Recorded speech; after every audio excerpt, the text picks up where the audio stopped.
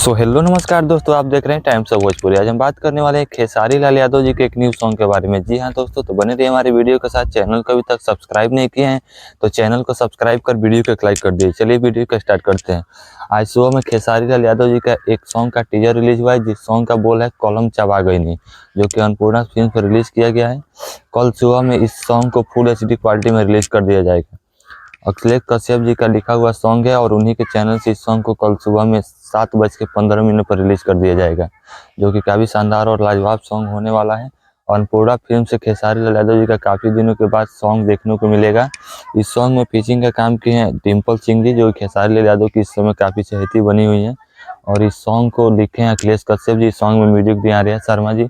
काफ़ी लाजवाब और शानदार सॉन्ग होने वाला है। कल सुबह 7:15 पर अन्नपूर्णा फिल्म पे इस सॉन्ग को रिलीज कर दिया जाएगा।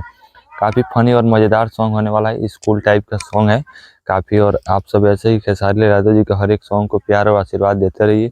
और साथ ही साथ हमारे चैनल को सब्सक्राइब करके वीडियो को लाइक कर दीजिए। अपने दोस्तों के साथ शेयर करिए। जय हिंद, जय भोजपुरी।